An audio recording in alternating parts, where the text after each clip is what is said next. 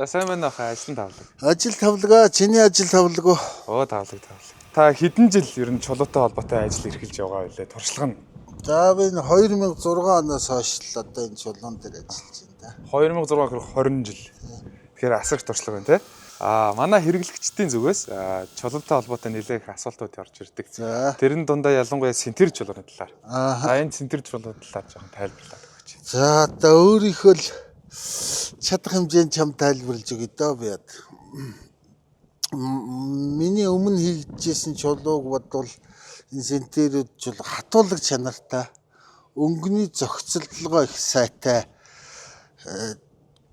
Одоо зураас гарахгүй, элдв янзын толб тогтохгүй. Арай нэг эко тал руугаа бас давуу талтай болсон юм уу гэж бодож байна да.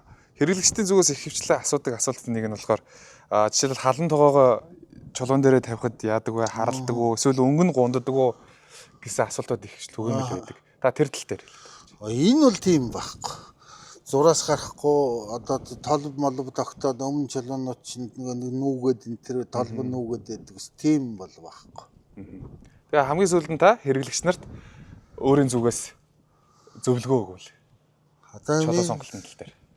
Өнгөний зохицолтолгоо чанарал гэж хэлнэ дээ. За. Баярлалаа хаа. За. Ялгарч бүтээн Булган мебель